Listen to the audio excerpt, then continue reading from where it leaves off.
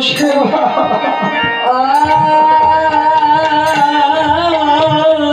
লাগবে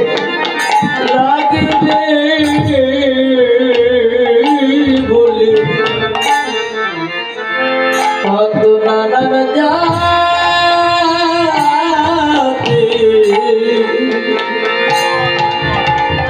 ফুল ফুটেছে গোবিন্দ সেবা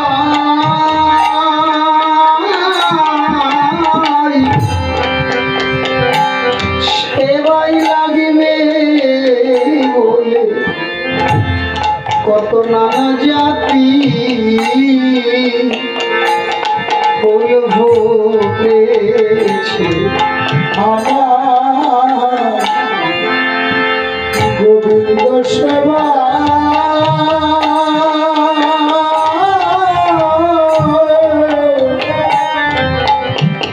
সেবাই লাগিবে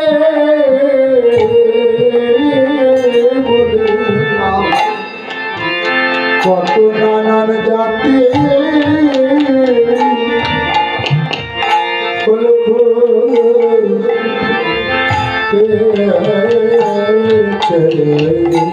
শরদচন্দ্র পবনমন্দ বিপিনে ভরল কুসুম গন্ধ। তত্ত্বজ্ঞ বললেন গগনমণ্ডলে পূর্ণ চাঁদ, শুধু আজকের এই আকাশে না, যত ভক্ত আছে যত গোপিনী আছে ওদের প্রত্যেকের ভাগ্যাকাশে যে চন্দ্র উদয় হয়েছে অনুরাগের চাঁদ, অনুরাগ রূপী চন্দ্রের উদয় হয়েছে। অনুরাগটা কি? আপনারা কিন্তু প্রত্যেকেই অনুরাগী, কারণ অনুরাগ না থাকলে কখনো রাত জেগে ভগবানের কথা শোনার ইচ্ছা করে না। এটাই অনুরাগ, এটাই অনুরাগ ভক্তমণ্ডলী মায়েরা। তো অনুরাগ চন্দ্রের উদয় হয়েছে। আর কি হয়েছে বৃন্দাবনে? ওটি যেমন বৃন্দাবন, এটিও বৃন্দাবন, যেথায় সাধুগুরুর আগমন, যেখানে হরিনাম সংকীর্তন, সেই স্থানটি হচ্ছে মধুর বৃন্দাবন। এই বৃন্দাবনেও কিন্তু ফুল ফোটে, প্রত্যেকের বাগানে ফোটে, কিন্তু ফুল ফোটে গোবিন্দ সেবার জন্য। সবাই কি পারে সেই ফুল গোবিন্দ সেবাতে লাগাতে? ভক্তমণ্ডলী সবাই কি পারে? ফুল কিন্তু সবার বাগানেই ফোটে। আর আজকে রাতের কি ঘটনা, যেই বৃক্ষে কোনোদিন ফুল ফোটেনি আজকে সেই বৃক্ষেও ফুল ফুটেছে। আবার যার এখনো ফুল ফোটার মতো বয়স হয়নি, গোবিন্দ সেবায় লাগবে বলে আজকে সেই বৃক্ষেও ফুল ফুটেছে। আবার যেই বৃক্ষের ফুল ফোটার বয়স শেষ, আর ফোটে না, কিন্তু গোবিন্দ সেবায় লাগবে বলে আজকে সেই বৃক্ষেও যেন ফুল ফুটে উঠেছে। ওরা ফুটেছে ঠিক আছে, কিন্তু ওদের অন্তরের একটা আক্ষেপ, আমরা তো ফুটলাম, কিন্তু আমরা গোবিন্দের কাছে যাব কি করে? একা একা তো যাওয়া যায় না। এমন বান্ধ আমাদের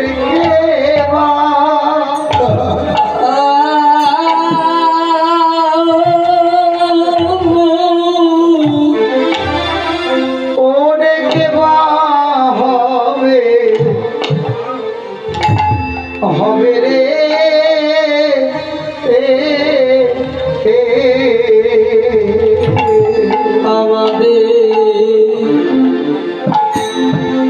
আমাদের এমন বান্ধব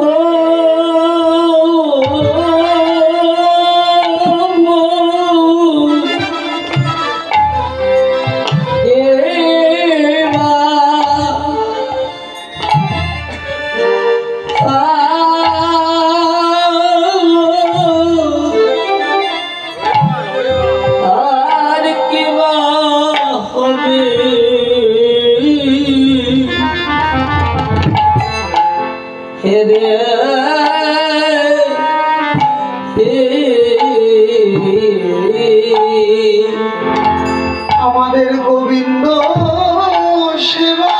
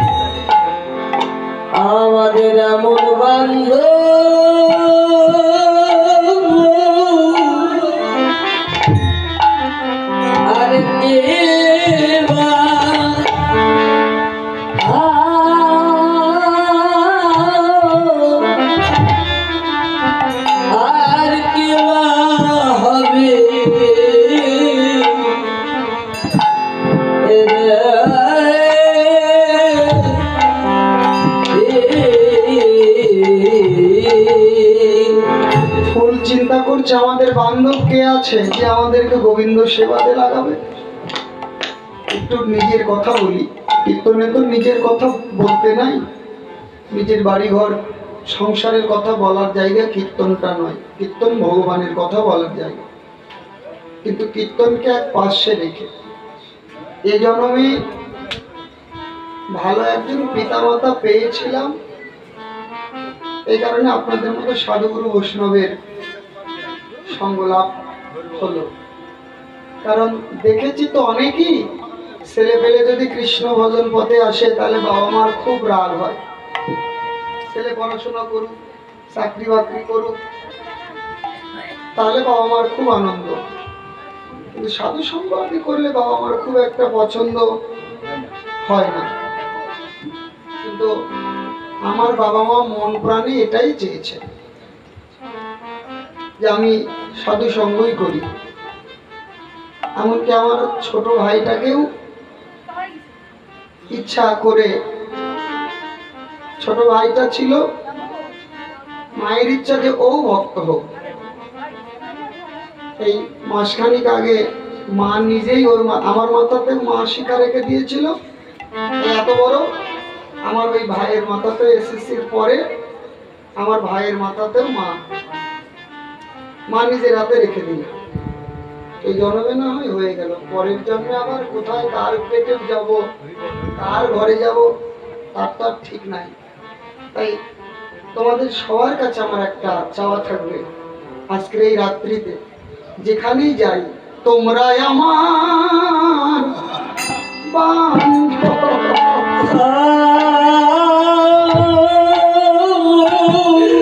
আমার বান্ধব হইও গো।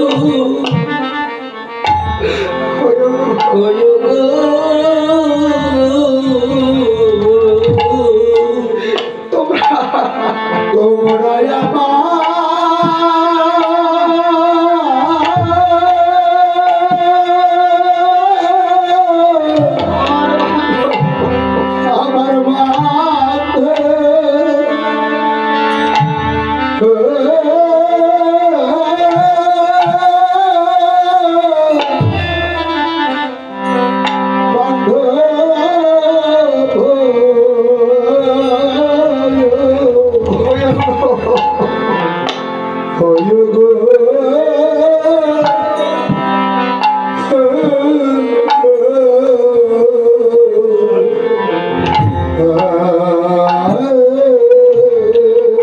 আমার এভাবে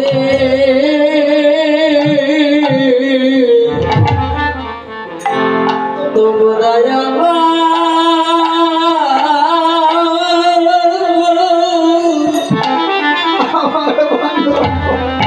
আমার বান্ধব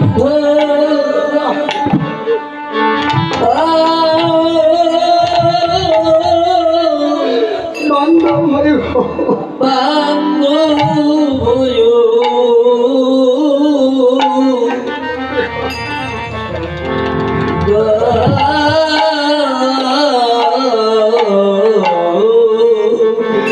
আমায় গোবিন্দ সেবা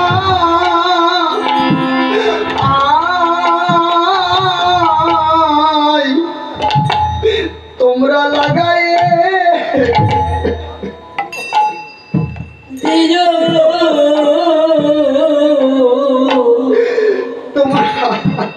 তোমরা বান্ধব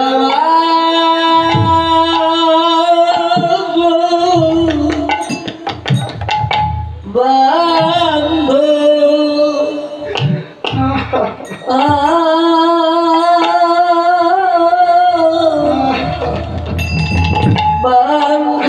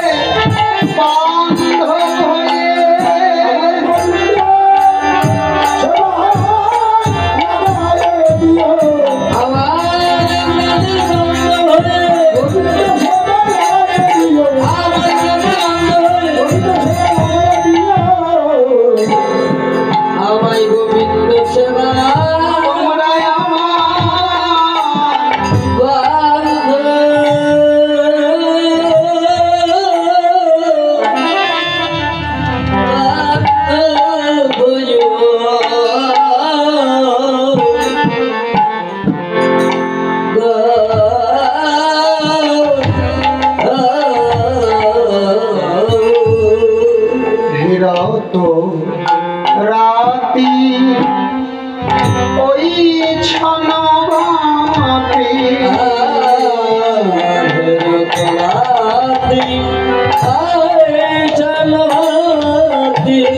শ্যাম মোহন মদনে মাতি রে আহারে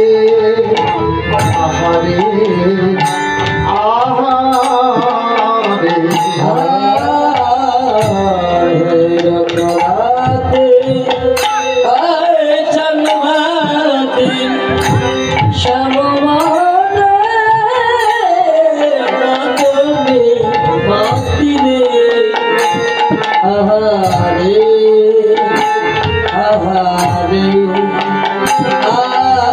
আহারে শ্যাম মদন মোহন আজ মদনে মাতল মদন মোহন মদনে মাতল গোপীর বাঞ্ছা পূরণ করবে বলে মদন মোহন আজ মদনে মাতল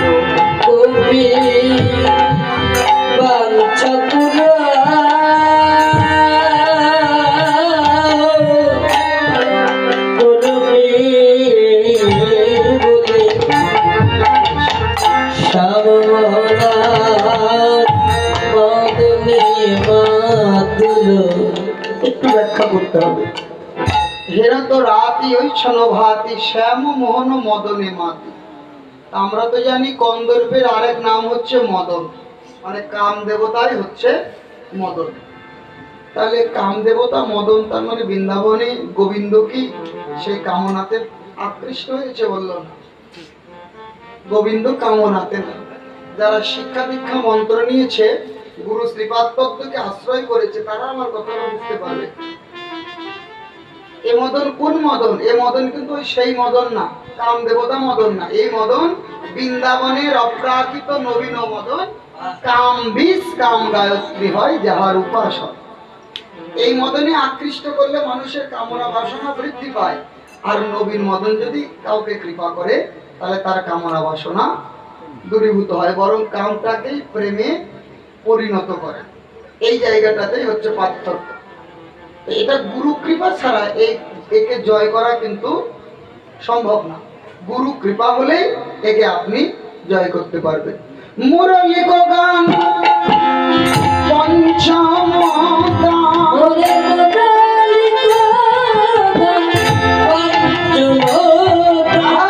ফুলবতীর চিত চরণী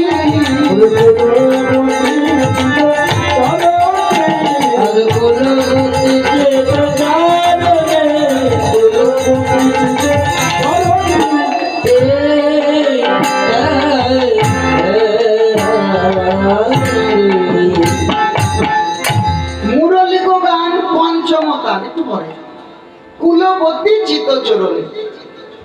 এই যে মুরলীটা গোবিন্দ বাজালেন, যে বাঁশিটা গোবিন্দ বাজাচ্ছে, এই বাঁশির উৎপত্তি কোথার থেকে? না, গুরু বৃহস্পতি একবার নিষ্কাম যজ্ঞ আরম্ভ করেন, তো সেই নিষ্কাম যজ্ঞ থেকে 25 পর্বের একটা বাঁশ উঠে আসে।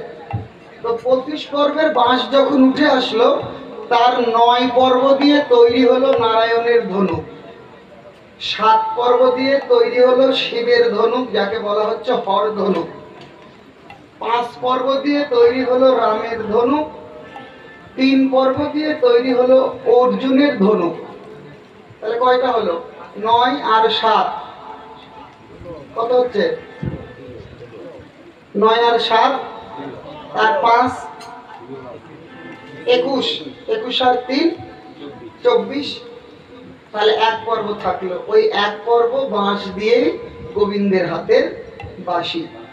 তাহলে সত্য গেল, ত্রেতা গেল, দাপর গেল। তাহলে কলিতে কি পাচ্ছি আমরা? এই বাঁশ তো 3 যুগে ভাগ হয়ে গেল।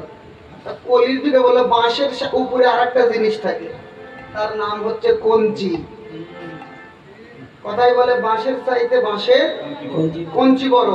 আর ওই কঞ্চিতেই হরিনামের ধ্বজা বেঁধে মহাপ্রভু কলিতে এসে সেই ধ্বজাটা উড়ালেন এই কলিতে। এই যে 25 পর্বের যে বাঁশ, তার সেই উদ্ধতর যে পর্বটি ছিল ওটাই হচ্ছে গোবিন্দের হাতে বাঁশি।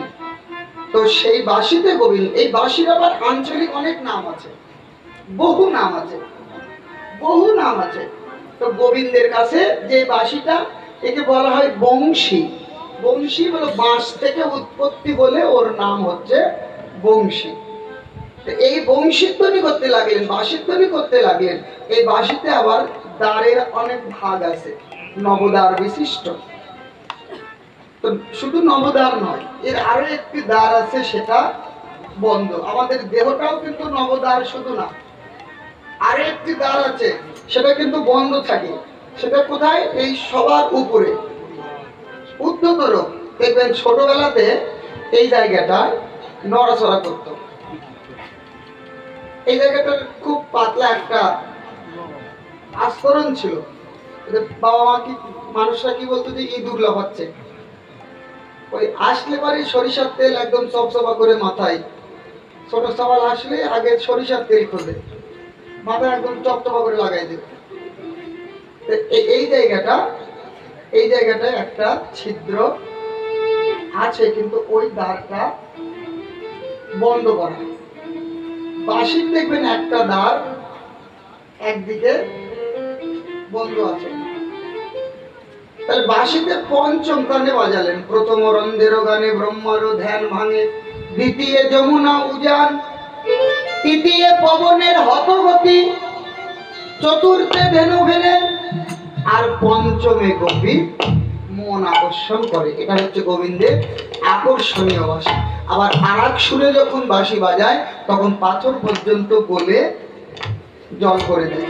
আর আকর্ষণীয় সুরে যখন বাজায় তখন গোপীরা সব ছেড়ে গোবিন্দের দিকে ছুটে আসে। এই যে পঞ্চমতান, এর মধ্যে 5টি তত্ত্ব দ্বারা গঠিত করা হয়েছে। যখন আমরা গুরুদেবের কাছে মন্ত্র নিই, কানের মধ্যে যখন যে মন্ত্রটা দেওয়া হয়, এই মন্ত্রটাও কিন্তু 5টা তত্ত্বের দ্বারাই গঠিত, যাকে বলা হয় বীজ। মন্ত্রের পূর্বে দেওয়া হয় বীজ। এই বীজটা তৈরি হয় 5টি তত্ত্বের দ্বারা। আমাদের দেহ কয়টি তত্ত্ব দিয়ে তৈরি? 5টি তত্ত্ব। ক্ষিতিয়ব, তেজ, মরুত, বোম। প্রেমের উৎপত্তি কয় জায়গা থেকে হয়? 5 জায়গা থেকে। শব্দ, স্পর্শ, রূপ, রস, গন্ধ। গোবিন্দ বাঁশি বাজাচ্ছে কয়টি সুরে? পঞ্চম তানে। পঞ্চম তানে বাঁশি বাজাচ্ছে। কাদের নামে? গোপীদের নামে। বাঁশি বাজায় কি করছে? গোপীদেরকে বশীকরণ করছে। বশীকরণ মানে বাঁশির সাথে গোপীদের নাম সংযোজন করেছে। যার নামই ধরছে সাথে সাথে সে কৃষ্ণের বশ। বশ করা মানুষ দেখেছেন কোনোদিন? দেখবেন যে যাকে বশ করে ও ওর কথাতেই উঠবে, আবার ওর কথাতেই বসবে। ওই যে জাদুকরেরা আসে, একদম ভেলকি লাগাই দিচ্ছে, কাগজ খাচ্ছে আর মুখ দিয়ে বের হচ্ছে ব্লেড, গামছার মধ্যে চাল দিয়ে মুড়ি ভাজে, কিন্তু কার সাজে? ওই কুলার মধ্যেই আছে। পরে আবার চাল দেন, আর মুড়ি ভাজতে পারবে না, ওইটুকুই শেষ, পরে আর ভাজতে পারবে না। মানে ওই কুলার মুড়ি যতক্ষণ আছে, কুলার মধ্যে মুড়ি ঢুকানো থাকে। হ্যাঁ, ওই মুড়িটা যখন বের করা হয়ে যায়, ওর খাওয়া শেষ। তো ওটা আমরা কেন মেনে নিলাম? ওই যে আমাদের চোখে একটা ভেলকি লাগানো হয়েছে। আবার বলতে ভালো করে কোটে ভরে ভরে চাল আনতে হবে। 1 মুঠ কম হলে পরে কিন্তু সবার পেটের মধ্যে দিয়ে সুখ বের হবে। এখন মা চাল না দিলেও জোর করে মনে করেন যে চুরি করে লুকায়ে নাচারাতে পেটের মধ্যে দিয়ে সুদ বাড়াবে ভয়। তার মানে ওই লোকটা বশ করে ফেলেছে, ও তাই চাল চেয়েছে বলে ঘরের থেকে বের করে নিয়ে চলে যাচ্ছে। এটা জাগতিক জগতের কথা, পারমার্থিক। তাহলে গোবিন্দ যদি কাউকে বশ করে তাহলে তার কেমন হয়? এই যে গুরু কৃপা বলে যারা সেই বীজ মন্ত্রকে লাভ করেছেন, এই সাধনকে যারা ঠিক মতো করতে পারবেন, তাদের কিছুটা লাভ আছে। কিন্তু একটু বেতাল হয়ে গেলেই কিন্তু সমস্যা। এই কারণে জেনে শুনে তারপরে শ্রী গুরু শ্রীপাদ পদ্মকে আশ্রয় করা কর্তব্য। তো পঞ্চম তানে বাঁশি বাজালেন, এটা কোনো কামনা বাসনার নয়, এই সুরটাই হচ্ছে প্রেমের। এখানে কামের কোনো স্থানই নাই। কাম থাকিতে প্রেম নহে, ব্রজগোপীর ভাব বৃদ্ধি থাকিতে কামের গন্ধ, হয় না তাদের প্রেম সম্বন্ধ। শোনত গোপী প্রেমহীন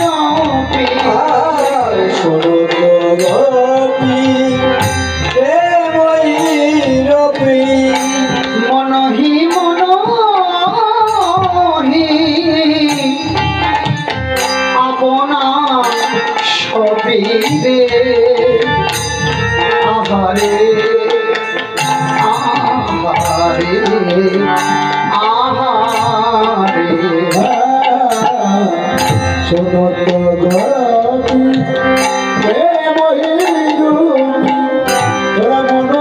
মনহি আপনা সবিরে আহারে আহারে আহারে মনে মনে প্রাণ সপে দিল রে, ওরা মনে মনে প্রাণ সপে দিল রে। হা গোবিন্দ তোমার তোমার হলাম বলে মনে মনে প্রাণ সপে দিল রে। গোবিন্দ তোমার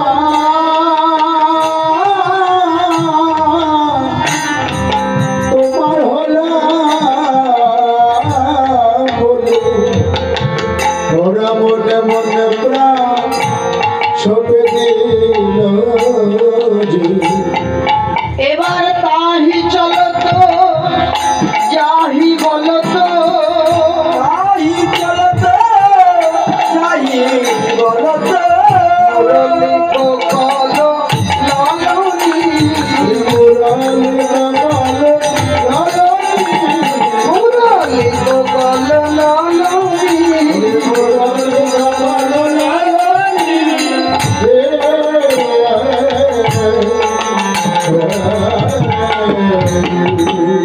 মাসি শোনা মাত্রই ঘর ছেড়ে ওরা গোবিন্দের উদ্দেশ্যে যাত্রা করল। মনে মনে প্রাণ সপেছে। এই যে মনে মনে ভজন করে বলেই তো ওরা গোপী, গোপনে ভজে বলেই তো ওরা গোপী। তাহি চলো তো যাহি বলো তো মুরলি কো কলো লালনি, গোবিন্দের উদ্দেশ্যে ছুটে চলেছে। আবার কোন কোন গোপী রাত্রিতে শাস্তে লেগেছিলেন। বিছড়ি গেহ নিজ হি দেহ, বিছড়ি গেহ নিজ হি দেহ, এক নয়নে কাজল লেহ রে, এক নয়নে কাজল লেহ রে, লেহ রে লেহ রে লেহ রে। বাহে রঞ্জিত কঙ্কণ এক কুণ্ডল দোলনি,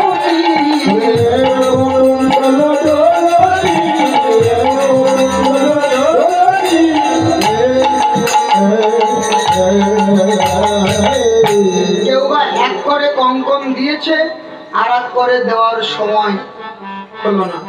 কেউ এক কর্ণে কুণ্ডল দিয়েছে, আর এক কর্ণে দিতে যাবে এমন সময় গোবিন্দের যা।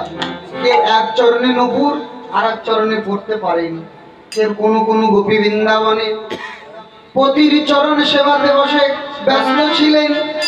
আবার কোনো কোনো গোপী সন্তানকে কোলে তুলে বুকের স্তনক্ষীর পান করাচ্ছিলেন।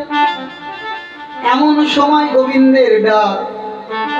নিজের পতি পুত্রাদি সংসারের মায়া ছেড়ে হা গোবিন্দায় নম বলে গোপী ঘরের বাহির হয়ে, ঘরের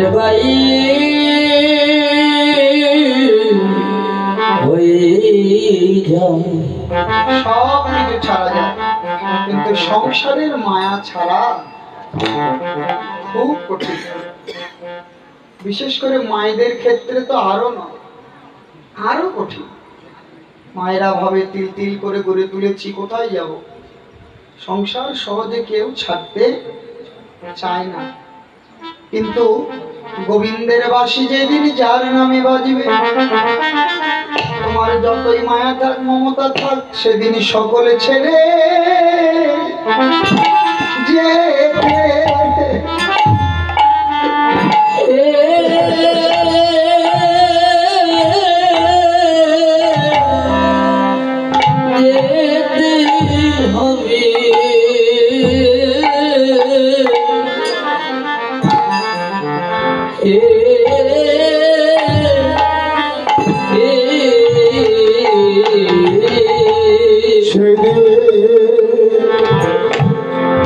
সেদিন সকল ছেড়ে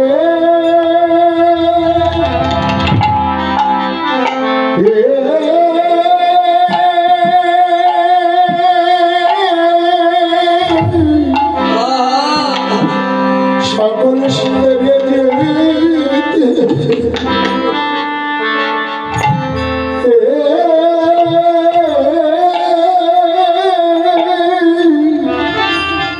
যেতেই হবে। যেতে হবে,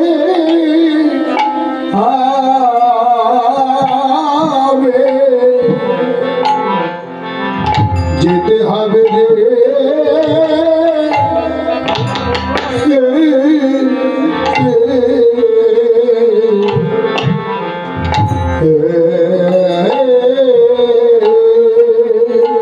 শ্যামের বাঁশি যেদিন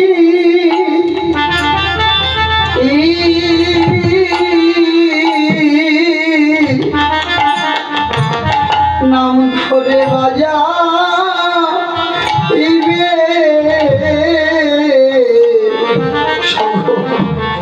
সেদিন সকল ছেড়ে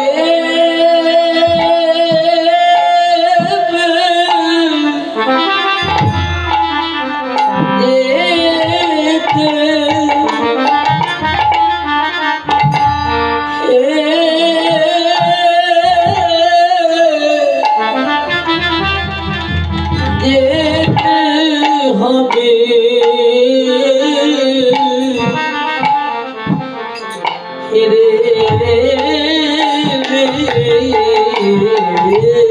সেদিন যত মায়া থাক মমতা থাক গোবিন্দ যেদিন ডাকবে পতি পুত্রাদি সবকিছু ফেলে যেতে হবে।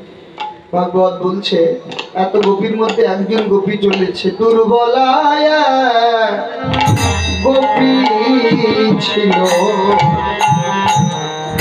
বসে না পারে চলিতে